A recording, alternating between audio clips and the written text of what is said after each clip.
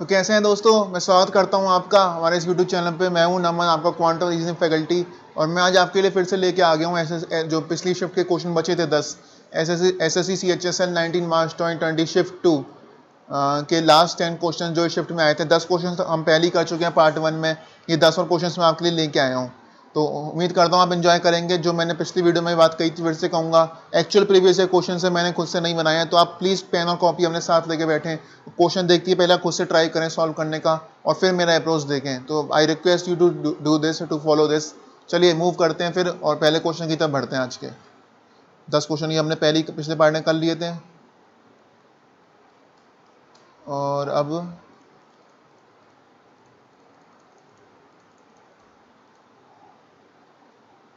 ये रहा आज का पहला क्वेश्चन।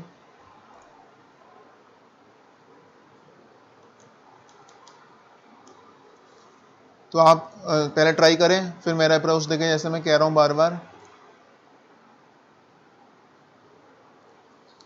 तो कमल और अनिल ने काम किया, मतलब पॉइंट डिटेक्ट किया है। वो मतलब वही है कि उन्होंने टाइम स्पीड वर्क का क्वेश्चन है कि उन्होंने काम किया 8 दिन और 14 दिन में। अगर टोटल एक्सपेंस देखेंगे 4400 रुपये, तो अनिल को मनी कितनी मिलेगी। यानी कि असल में ये टोटल इनकम है जो कमल और अनिल को मिल रही है 4400। तो इसमें अनिल का शेयर कितना होगा हमसे ये पूछा गया है क्वेश्चन में। ये एक्सपेंस वर्ड से आप कंफ्यूज मत हो जाइएगा, क्योंकि कमल और अनिल काम कर रहे हैं, तो उन्हें ये 4400 रुपीज़ मिले होंगे, और उस 4400 रुपीज़ में अनिल का शेयर कितना होगा ये हमें मालूम करना है। तो जब भी ऐसे मनी दी हुई ना, तो आपको एक चीज़ बस दिमाग में लगनी है, और दिमाग में रखनी है, ध्यान में रखनी है, अगर आपको नहीं मालूम, कि हमेशा इस अमाउंट को, इस मनी को हम एफिशिएंसी के रेशियो में डिस्ट्रीब्यूट करते हैं। तो हम यहाँ पे भी एफिशिएंसी निकालेंगे। एफिशिएंसी कैसे निकालेंगे बताता हूँ मैं। कमल 8 दिन में कर रहा है, अनिल कर रहा है 14 दिन में। तो टोटल वर्क कितना हो जाएगा, इन दोनों का एलसीएम ले लेते हैं। एलसीएम मेथड अगर आपने पढ़ा है तो टोटल वर्क निकालने के लिए हमें इन दोनों का एलसीएम ले लेते हैं। तो 8 और 14 का एलसीएम कितना हो जाएगा, ये हो जाएगा आपका, अगर हम बेसिक मेथड से करें तो 2 का क्यूब इंटू 7, 8 इंटू 7 यानी कि 56 हो जाएगा आपका टोटल वर्क। तो आपका टोटल वर्क आ गया 56, जो कि एलसीएम है 8 और 14 का। तो फिर अगर कमल 8 दिन में 56 यूनिट बना रहा है अकेले काम करके, तो एक दिन में कमल कितनी यूनिट्स बना रहा होगा। एक दिन में कमल कर रहा होगा 56/8 यानी कि 7 यूनिट्स। अनिल कर रहा होगा, अगर अनिल 14 दिन में 56 यूनिट्स बनाता है अकेले, तो फिर एक दिन में बनाएगा 4 यूनिट्स। तो सिंपल है, अगर 8 दिन में 56 यूनिट बना रहा है कमल, तो एक दिन में 56/8 यानी कि 7 यूनिट्स बनाएगा। उसी तरह अनिल की 4 यूनिट होंगी। तो यही हमारी एफिशिएंसी की रेशियो होती है। एफिशिएंसी क्या है कि एक दिन में या फिर एक घंटे में आप कितना काम करते हैं, यही तो एफिशिएंसी होती है। तो एफिशिएंसी की रेशियो आ गई 7:4। इसमें हमें अनिल का शेयर ढूंढना है। तो अनिल का शेयर हो जाएगा, कमल और अनिल की रेशियो आ गई एफिशिएंसी की 7:4। अनिल का शेयर हो जाएगा 4/11। 4400 रुपीज़ हमें डिस्ट्रीब्यूट करने थे 4400 में। तो इसे जरा सॉल्व करेंगे तो आपको मिलेगा अनिल का शेयर 1600। ये रहा, आसान सा क्वेश्चन है। बस आपको ये पता होना चाहिए कि जब भी ऐसे अमाउंट दिया हुआ, जब मनी दी हुई है, तो उसे हम हमेशा एफिशिएंसी की रेशियो में डिस्ट्रीब्यूट करते हैं। तो एफिशिएंसी की हमने रेशियो ऐसे निकाल ली। एफिशिएंसी क्या है, 1 डे का वर्क या 1 आवर का वर्क, वो निकल आया, तो हमारा आंसर आ गया। आगे बढ़ते हैं। एल एक सर्कम सेंटर है ट्राइंगल XYZ का। मैं फिर से आपको याद दिला रहा हूँ, ये एक्चुअल प्रीवियस ईयर क्वेश्चन है, मैं खुद से नहीं लाया हूँ, मैंने वहीं से लिए हैं question. Actual previous year question हैं जो एग्जाम के दिन आए थे। एल जो है वो सर्कम सेंटर है ट्राइंगल XYZ का, और एंगल एक्स जो है ये है 40 डिग्री। तो एंगल YZL कितना होगा,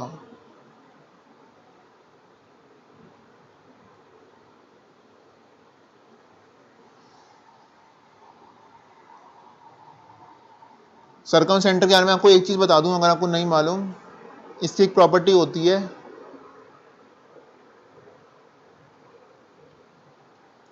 कि यहाँ पे अगर 3 एंगल बन रहा है, तो यहाँ पे 2 थीटा बनेगा। यानी कि अगर ये सेंटर O है। अगर यहाँ पे एक कॉर्ड जो कि सरकमफ्रेंस पे 3 ट्रायंगल सबटेंड करेगी, तो वही कॉर्ड सेंटर पर 2 3 ट्रायंगल सबटेंड करेगी।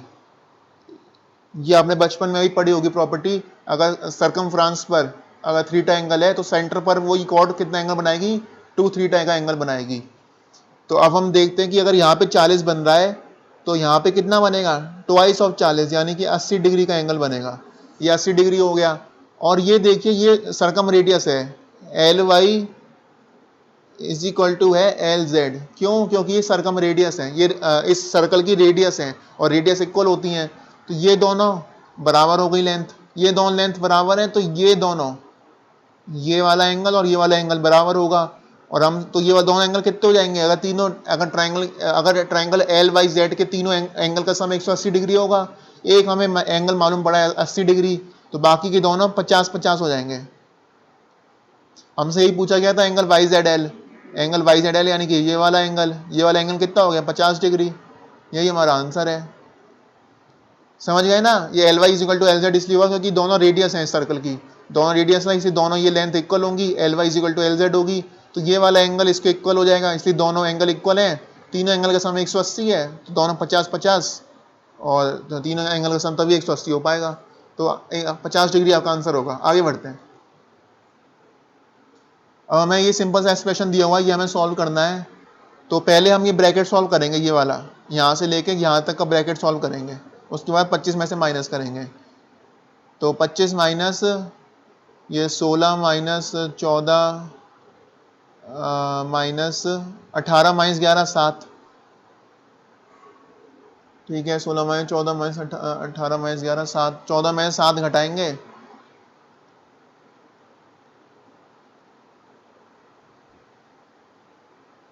14 में 7 घटाएंगे आएगा 7। अब ये क्या हो गया हमारे पास, आसान सा क्वेश्चन है ये काफ़ी। 16 में 7 घटाएंगे तो 9, 25 में से 9 घटाएंगे 16। ठीक है, आगे बढ़ते हैं। ब्रैकेट सॉल्व करते जाइए पहले, फिर उसके बाद 25 से माइनस किया हमने। अब हमसे a माइनस बी की वैल्यू दी हुई है, A cube minus B cube दिया हुआ है, तो ए बी क्या होगा ये हमें बताना है। तो इसको करने का सबसे अच्छा तरीका ये है, अगर आपको a माइनस बी का होल क्यूब का फॉर्मूला पता हो। आई एम श्योर आप में से कईयों को पता भी होगा। ये क्या होता है, A cube minus B cube minus 3ab, a minus B, ये होता है फॉर्मूला। अब आप देख लीजिए यहाँ पे खुद ही, a माइनस बी 18 है, 18 का क्यूब, अगर आपको क्यूब याद है तो ये आपको कुछ पता होना चाहिए, ये हो जाएगा आपका 58 32। 18 का क्यूब होता है, मैं फॉर्मूले वैसे वैल्यू पुट कर रहा हूँ। a माइनस बी का होल क्यूब कितना होगा, a माइनस बी 18 है, 18 का क्यूब होगा 58 32। अब a cube minus B cube, इसकी वैल्यू पुट कर देते हैं, 324 है इसकी value, minus 3ab, a minus B है 18।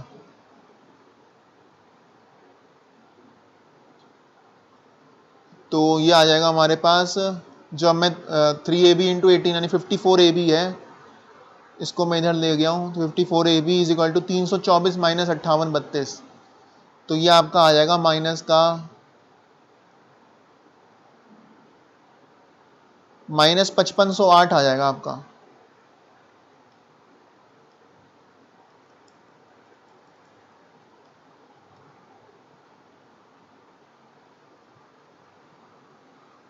और यहाँ से अब हमें ए वी की वैल्यू मालूम करनी है। तो 9 से कट जाएगा 6 टाइम्स, 9 से कट जाएगा 6, 10182। तो ए बी की वैल्यू आ जाएगी, माइनस है इधर, माइनस का 102। ठीक है, माइनस 102, ये रहा आपका आंसर। ठीक है, तो बस ये फॉर्मूला आपको पता होना चाहिए माइनस बी के होल क्यूब का, उसके बाद बस वैल्यू पुट करनी है, आंसर आपका आ जाएगा। आगे बढ़ते हैं। एक मैन ने अपनी बाइक को सोल्ड किया, बेचा है 25,000 रुपये में, और उसे 25% मुनाफा हो रहा है ऐसा करने पे। तो फिर कितनी प्राइस से वो बेचे ताकि उसे 15% का लॉस हो जाए। आप ट्राई करें, काफ़ी इजी क्वेश्चन है ये भी।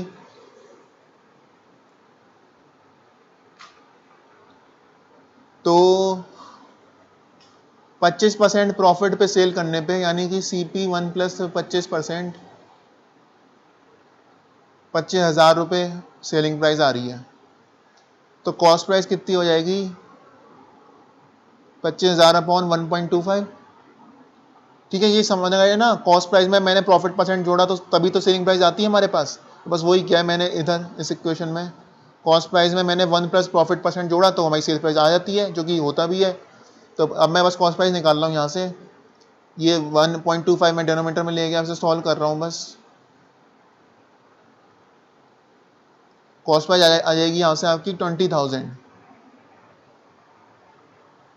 अब हमसे पूछा गया कि अगर आप कितनी अब प्राइस पे इसे बेचें ताकि आपको लॉस हो 15% का, तो अब 20,000 की चीज़ पे अगर 15% का लॉस हो रहा है तो 85/100 बचेगी उसकी रेट।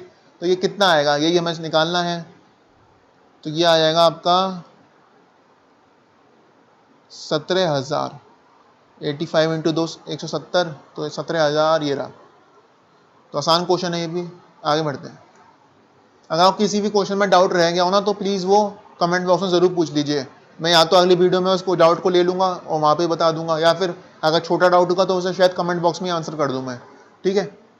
अब एवरेज दिया हुआ है हमें 40 नंबर का 36, और average of first 25 number is 31, average of आखिरी का 16 नंबर का 43 है। 25वां नंबर हमें बताना है। आसान क्वेश्चन है। क्या कहा गया है कि सम ऑफ 40 नंबर्स जो है उसका एवरेज है 36। तो सम ऑफ 40 नंबर्स क्या हो जाएगा? 40 इंटू 36।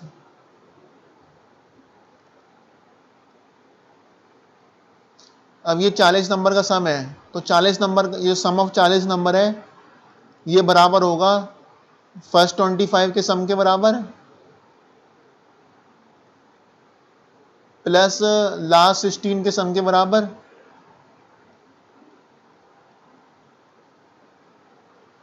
और जब आप शुरुआत के 25 जोड़ोगे और लास्ट के 16 लोगे तो दोनों में 25वां टर्म कॉमन आ जाएगा, तो इसलिए आपको 25वां टर्म माइनस करना पड़ेगा, माइनस 25th टर्म।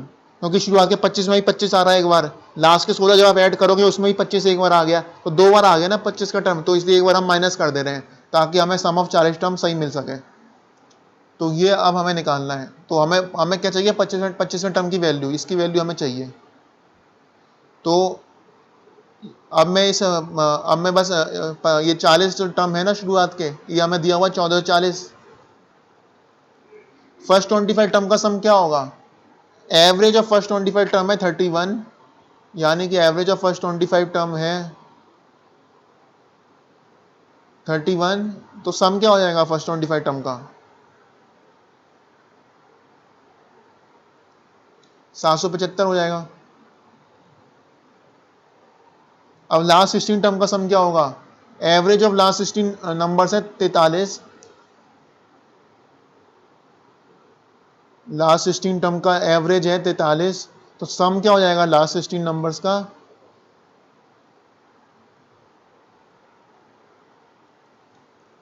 688।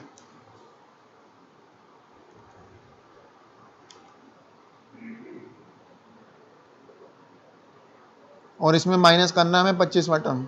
अब 25वें टर्म को मैं लेफ्ट हैंड साइड पर ले जाऊंगा तो हमें मिल जाएगा T25 चाहिए ना हमें, यह मिल जाएगा 775 प्लस 688, 775 प्लस 688 माइनस 1440। इसे सॉल्व कर देना, हमें सॉल्व कर लेते हैं इसे। 1463 में से 1440 माइनस करना है, 23 आ रहा है हमारा आंसर। ऑप्शन में है, जी हाँ है, यानी सही किया है हमने। तो इस तरह से करना है। कोई भी आपको डाउट है फिर से कह रहा हूँ कमेंट में जरूर पूछ लीजिएगा। अगला क्वेश्चन ये है कि एक वुमेन अर्न करती है 1,000 रुपये हर दिन का, कुछ हफ्ते बाद उसकी अर्निंग बढ़ के हो गई है 1,160 रुपीज़ पर डे, कितने % उसकी अर्निंग बढ़ी होगी? बहुत आसान क्वेश्चन है ये भी। पहले अर्निंग थी 1,000, बढ़ के हो गई कुछ हफ्ते बाद 1,160, तो कितने % बढ़ी है ये बताना है बस। तो 160 रुपये का इंक्रीमेंट आया है 1000 रुपये पे इंटू 100 कर देंगे परसेंटेज में निकालने के लिए। ये 2 जीरो से 2 जीरो गया, इससे ये गया 16%। आगे बढ़ते हैं। हमसे कहा गया 2x की वैल्यू है साइन ए और 2/x की वैल्यू है कॉस ए, तो हमें x⁴ प्लस 1/x⁴ की वैल्यू निकालनी है। एक चीज जो मैं देख पा रहा हूँ कि मुझे साइन ए दिख रहा है इधर और कॉस ए दिख रहा है, तो आपको इससे एक चीज आपके दिमाग में स्ट्राइक करनी चाहिए कि हमें एक रिलेशन मालूम है साइन स्क्वायर ए और कॉस स्क्वायर ए के बीच में। अब ये चीजें स्ट्राइक कब करेंगी, जब आपने प्रैक्टिस कर रखी होगी, जब आपको सारी आइडेंटिटी सब पता होंगी। तो साइन ए और कॉस ए के बीच की हमें प्रॉपर्टी मालूम है, sine square A plus cos square A is equal to 1 होता है। साइन स्क्वायर ए की वैल्यू, साइन ए हमारा 2x है, तो साइन स्क्वायर ए हमारा हो जाएगा 4x²। उसी तरह से कॉस ए हमारा 2/x है, तो कॉस स्क्वायर ए कितना हो जाएगा 4/x²। 2/x का होल स्क्वायर किया ना, तो 4/x² is equal to 1। 4 common ले लिया मैंने इधर से। आंसर की तरफ हम बढ़ रहे हैं धीमे धीमे।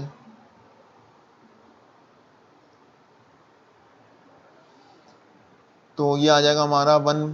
तो x² प्लस 1/x² की वैल्यू कितनी आ जाएगी, इससे 4 को मैं इधर ले जाऊंगा 1/4। अब हमें चाहिए x⁴ प्लस 1/x4 की वैल्यू, तो मैं इसका स्क्वायर कर दूंगा दोनों साइड पे।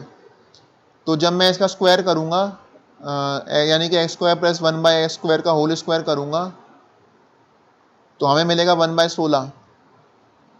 अब इसे मैं ओपन करूंगा ब्रैकेट को, इस ब्रैकेट को, तो नेक्स्ट पेज पे हमें मिल जाएगा x⁴ plus 1/x⁴ plus 2 is equal to 1/16।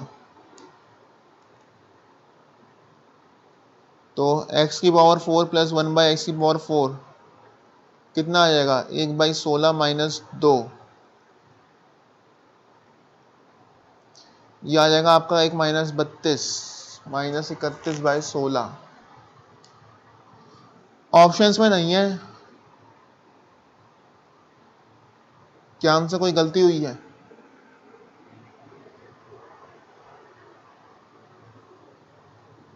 आप भी देखें।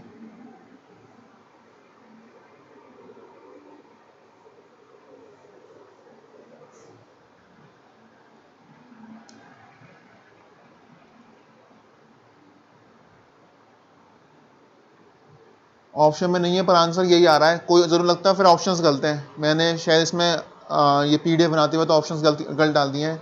आंसर आपका यही होगा, माइनस 31/16। आगे बढ़ते हैं। Area of quadrant of circle बताना, यानी कि हमें 4 क्वाड्रेंट होते हैं सर्कल में, ये 1 2 3 4, हमें इनमें से एक क्वाड्रेंट का एरिया बताना है। सर्कमफ्रेंस, इस पूरे सर्कल की सर्कमफ्रेंस कितनी है, 22। सर्कमफ्रेंस हम जानते हैं ये होती है, ये हमें 22 दी हुई है, तो यहाँ से हमें रेडियस मिल जाएगी। पाई की वैल्यू में 22/7 पुट कर रहा हूँ, तो रेडियस आ जाएगी यहाँ से 7/2। ठीक है, हमें चाहिए क्या, हमें चाहिए क्वाड्रेंट का एरिया। तो एरिया ऑफ अ क्वाड्रेंट क्या होता है, एरिया ऑफ क्वाड्रेंट ये होता है πr²/4, क्योंकि एरिया ऑफ सर्कल होता है πr², और क्वाड्रेंट क्या है उसका, उस एक क्वाड्रेंट क्या होता है, उस पूरे सर्कल का एक चौथाई हिस्सा, 1/4 हिस्सा होता है, तो πr²/4। इससे हम सॉल्व कर देंगे। r हमारा 7/2 आया था, इसका स्क्वायर अपॉन 4, तो इसे सॉल्व किया तो ये जाएगा 7 टाइम्स और ये जाएगा 11 बार, तो ये आ जाएगा हमारे पास 77/8। 77/8 है, तो फिर 9.50 9.6 ये रहा। ठीक है, कई मैंने ऑप्शंस देखे थे, 9.6 आ रहा है। आगे बढ़ते हैं। कितने टर्म्स डिक्रीज किए जाने चाहिए 16/19 के हर टर्म में से, ताकि हमें रेशियो 7/6 मिल जाए। इस क्वेश्चन की लैंग्वेज कुछ लोगों को कंफ्यूजिंग लग सकती है, पर बेसिकली ये कहा गया है कि 16/19 है, उसमें से एक टर्म माइनस किया गया है, वो टर्म हम मान लेते हैं a माइनस किया गया हर टर्म में से, तो जो रेशियो हमें मिल रहा है वो 7/6 है। पूरे क्वेश्चन में इतनी सी बात की गई है, आप कंफ्यूज ना हो लैंग्वेज से। 16/19 के हर टर्म में से हमने वो टर्म मान लिया a माइनस किया, तो फिर हमें मिल रहा है रेशियो 7/6। इसे सॉल्व कर देना है बस। तो 96 minus 6A is equal to 133 minus 7A, तो 7A उधर जाएगा से A इज इक्वल टू 33 और 4 37 आएगा। यही पूछा था कि कितना माइनस कर रहे हैं। ए हमने माना था कि हम ए माइनस कर रहे हैं, लेट किया था हमने, तो ए आ गया हमारा 37, यही आंसर हो गया। I think this is the last question इस एसएससी सीजीएल शिफ्ट का। हम लैंड कर रहे हैं। सुरेश है एक आदमी जिसने लैंड किया है सम ऑफ मनी, यानी कुछ रुपया उधार दिया है राकेश को 5 साल के लिए सिंपल इंटरेस्ट पे। ये जरूरी सिंपल इंटरेस्ट पे किया है, कंपाउंड इंटरेस्ट पे नहीं समझ लेना। 5 साल के बाद राकेश उसे उस अमाउंट का 9/8 पे कर रहा है, ताकि उसका पूरा जो हिसाब किताब है वो खत्म हो जाए, to clear the amount. Rate of interest बताना है। एक चीज देखिए कि हमें 9/8 दिया हुआ है, तो अगर हम प्रिंसिपल को 800 मान लें तो 5 साल बाद फिर राकेश 900 पे करेगा, तो इसलिए मैंने 800 अज्यूम कर ले रहा हूँ। कुछ भी अज्यूम कर सकते हैं, मैंने इसलिए कर लिया ताकि हम डेसिमल पॉइंट से बच सकें। तो 9/8 अब डेनोमीटर में है, तो इसलिए मैंने प्रिंसिपल को 800 ले लिया ताकि कैंसिल करने में आसानी हो। तो अगर अब राकेश उसे है ना 5 साल बाद पूरा सब कुछ मिला के to clear out the amount, यानी कि प्रिंसिपल भी और सिंपल इंटरेस्ट दोनों मिला के उसे 9/8 दे रहा है प्रिंसिपल का of the sum. 9/8 of the sum हमने माना है 800, यानी कि 9/8 ऑफ 800 हो जाएगा 900। तो हमने क्या किया, क्वेश्चन को आसान बनाने के लिए हमने ये माना है कि राकेश ने 800 रुपये उधार दिए और 5 साल बाद वो उधार का अमाउंट प्लस सिंपल इंटरेस्ट का अमाउंट मिला के 900 रुपये 5 साल बाद दे रहा है। क्योंकि ये कह रहे हैं ना कि वो 5 साल बाद क्लियर कर रहा है अमाउंट को। अमाउंट को क्लियर करने का मतलब है वो उधार भी दे रहा है 5 साल बाद, और उधार भी खत्म कर दे रहा है, और इन ब्याज का अमाउंट भी पूरा खत्म कर दे रहा है। तो टोटल वो 9/8 दे रहा है, यानी कि 900 रुपये दे रहा है। ये 9/8 ऑफ 800 दिया, तो ये 900 आ गया यहाँ से। तो प्रिंसिपल कितना है 800, और सिंपल इंटरेस्ट कितना होगा 800 का रेट 5 साल के लिए इज इक्वल टू आया 900। ये आ जाएगा 800 प्लस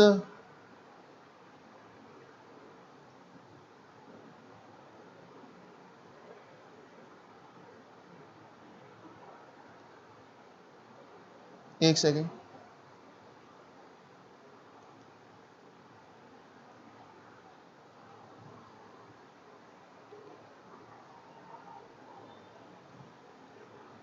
ये 900 आ रहा है, तो यहाँ से हमारा 40R आ जाएगा 100। 40R की वैल्यू आ गई 100, R की वैल्यू आ जाएगी 2.5। ये रहा रेट हमारी आ गई 2.5। ठीक है, ये सिंपल इंटरेस्ट का मैंने फॉर्मूला रखा था इधर, principal into R into T upon 100, ऐसे आ गया हमारा रेट 2.5% पर एनम। 2.5% ये पर एनम रेट है। ठीक है, तो चलिए यही था इस पूरे, मैंने आपको 2 पार्ट में वीडियो लाया हूँ। 21 क्वेश्चन थे, मैं ये 2 पार्ट में लेके आया। पहले वीडियो के 10 पार्ट क्वेश्चन भी जरूर देखेगा, और इस वीडियो के 10 क्वेश्चन भी जरूर देखेगा। उम्मीद करता हूँ कुछ नया सीखने को मिला हो, नया कुछ अप्रोच मिला हो, और वीडियो का पसंद आई हो तो प्लीज़ लाइक कर दीजिएगा, चैनल को सब्सक्राइब कर दीजिएगा। मैं आगे भी इसी तरह से प्रीवियस पेपर्स और कॉन्सेप्ट्स भी आपके लिए एक पॉइंट और रीजनिंग के लाता रहूँगा। तो thank you very much video देखने के लिए। ये मेरी कॉन्टैक्ट डिटेल्स हैं, आप टेलीग्राम ग्रुप भी ज्वाइन कर लीजिएगा, इस पर रेगुलर कंटेंट आता रहेगा। Thank you very much video देखने के लिए। Bye bye.